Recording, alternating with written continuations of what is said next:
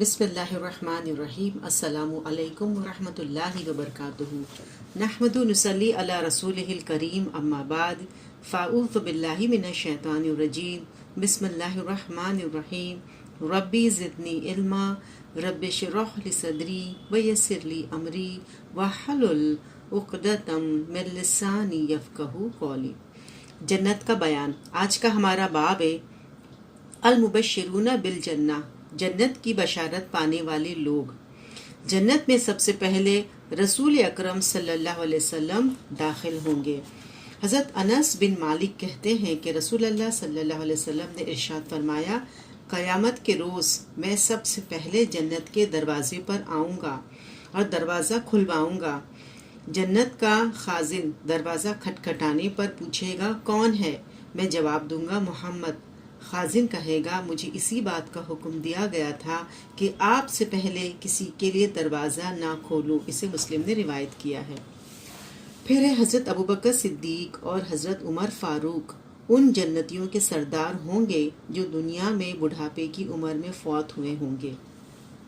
حضرت علی بن ابو طالب کہتے ہیں کہ میں رسول اللہ صلی اللہ علیہ وسلم کے ساتھ تھا، اچانک حضرت ابوبکر اور حضرت عمر بھی آ گئے۔ آپ نے فرمایا، یہ دونوں حضرات بڑی عمر میں فوت ہونے والے مسلمانوں کے جنت میں سردار ہوں گے، خواہ اگلی امتوں سے ہوں یا پچھلی امتوں سے، سوائے انبیاء اور رسولوں کے۔ اے علی، انہیں نہ بتانا۔ اسے ترمذی نے روایت کیا ہے۔ پھر حضرت حسن اور حسین جنت میں ان لوگوں کے سردار ہوں گے جو جوانی کی عمر میں فوت ہوئے ہوں گے۔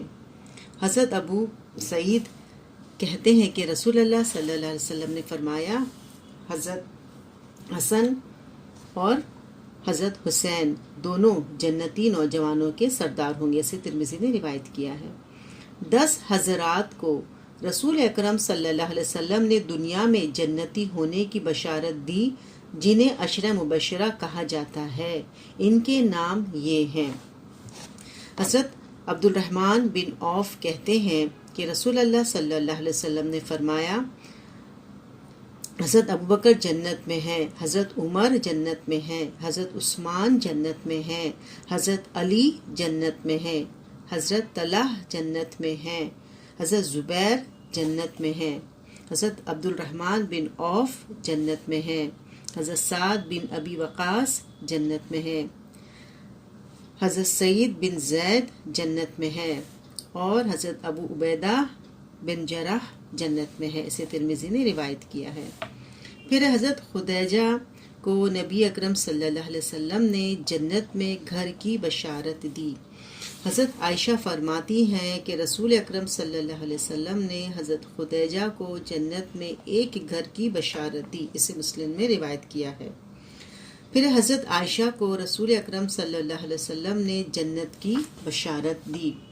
حضرت عائشہ سے روایت ہے کہ نبی اکرم صلی اللہ علیہ وسلم نے فرمایا، عائشہ، کیا تو اس بات پر راضی نہیں کہ دنیا اور آخرت میں تم میری بیوی رہو؟ حضرت عائشہ نے عرض کیا، کیوں نہیں؟ آپ صلی اللہ علیہ وسلم نے ارشاد فرمایا، تم دنیا اور آخرت میں میری بیوی ہو۔ اسے حاکم نے روایت کیا ہے۔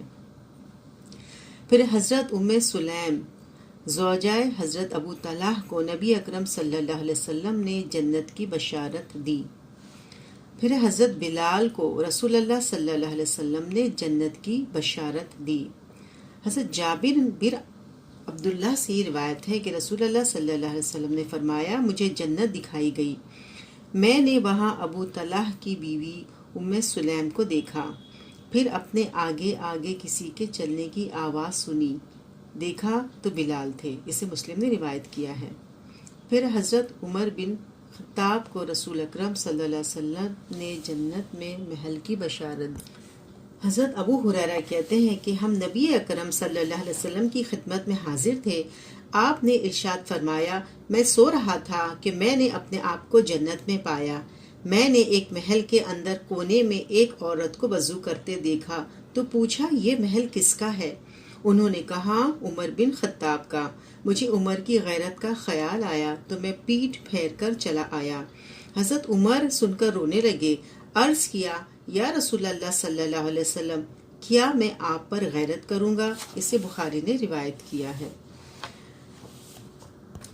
حضرت طلحہ بن عبید اللہ کو رسول اللہ صلی اللہ علیہ وسلم نے جنت کی بشارت دی۔ حضرت زبیر کہتے ہیں کہ جنگ احد کے روز نبی اکرم صلی اللہ علیہ وسلم 2 زرہ پہنے ہوئے تھے۔ آپ ایک پتھر پر چڑھنے لگے تو چڑھ نہ سکے۔ آپ صلی اللہ علیہ وسلم نے حضرت طلحہ کو اپنے نیچے بٹھایا اور ان پر سوار ہو کر چٹان پر چڑھ گئے۔ حضرت زبیر کہتے ہیں کہ اس وقت میں نے نبی اکرم صلی اللہ علیہ وسلم کو فرماتے ہوئے سنا، طلحہ پر جنت واجب ہو گئی۔ اسے ترمذی نے روایت کیا ہے۔ پھر حضرت سعد بن معاذ جنتی ہیں۔ حضرت برا بن عازب کہتے ہیں کہ رسول اکرم صلی اللہ علیہ وسلم کی خدمت میں ایک ریشمی کپڑا لایا گیا۔ لوگوں نے اس کی نفاست اور نرمی پر تعجب کا اظہار کیا تو رسول اللہ صلی اللہ علیہ وسلم نے فرمایا، جنت میں سعد بن معاذ کے رومال اس سے افضل ہے۔ اسے بخاری نے روایت کیا ہے۔ پھر اصحاب بدر اور اصحاب شجر جنتی ہیں۔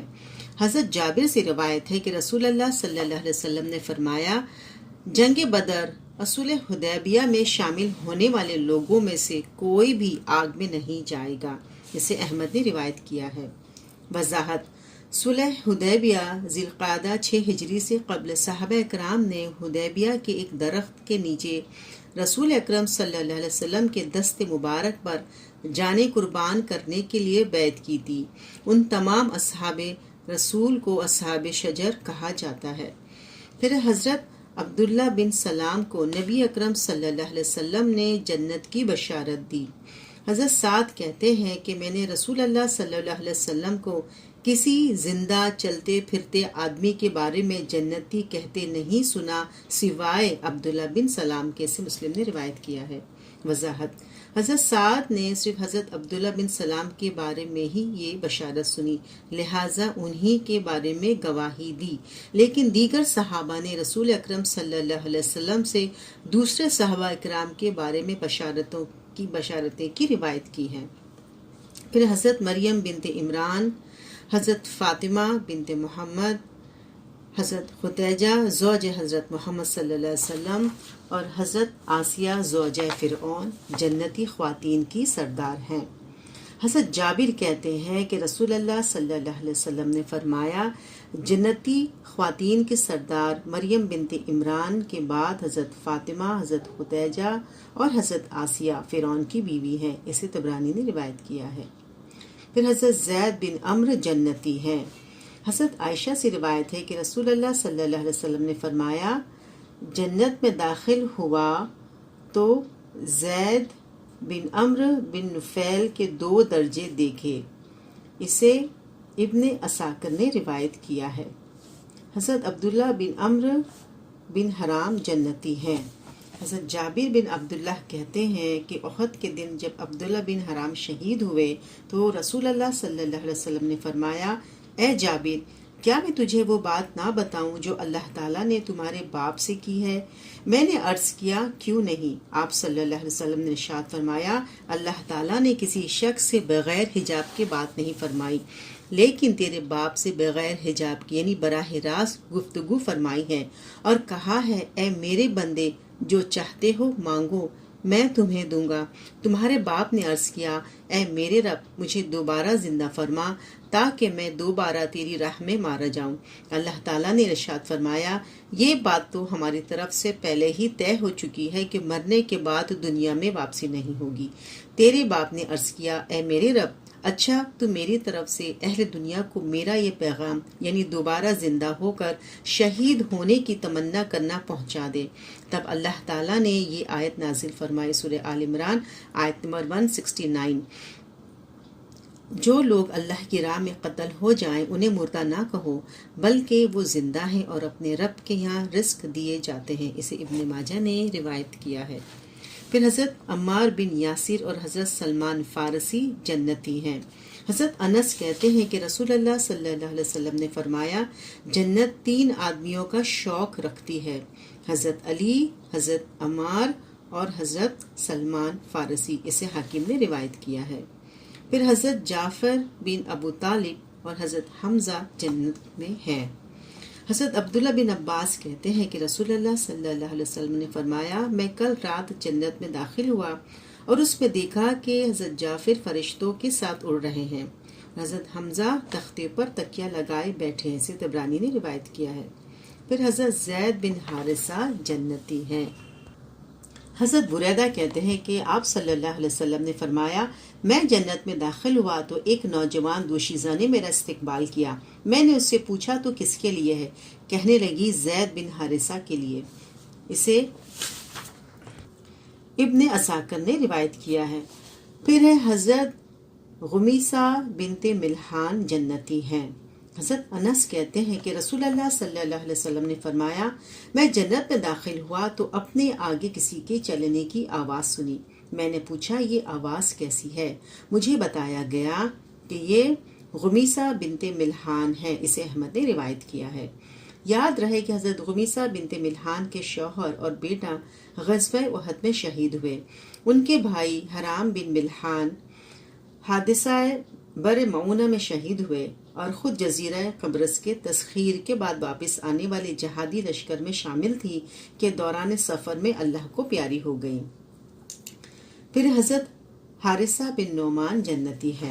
حضرت عائشہ کہتی ہیں کہ رسول اللہ صلی اللہ علیہ وسلم نے فرمایا، میں جنت میں داخل ہوا تو قرات کی آواز سنی۔ میں نے پوچھا یہ کون ہے؟ فرشتوں نے جواب دیا، حارثہ بن نعمان۔ آپ صلی اللہ علیہ وسلم نے یہ سن کر فرمایا، نیکی کا اجر تو یہی ہے کہ نیکی کا ثواب تو ایسا ہی ہوتا ہے۔ اسے حاکم نے روایت کیا ہے۔ مکہ سے مدینہ منورہ ہجرت کرنے والوں کو رسول اکرم صلی اللہ علیہ وسلم نے جنت کی بشارت دی ہے۔ حضرت عبداللہ بن عمرو کہتے ہیں کہ آپ نے فرمایا، کیا تم جانتے ہو میری امت میں سے کون سا گروہ سب سے پہلے جنت میں داخل ہوگا؟ میں نے عرض کیا، اللہ اور اس کا رسول ہی بہتر جانتے ہیں۔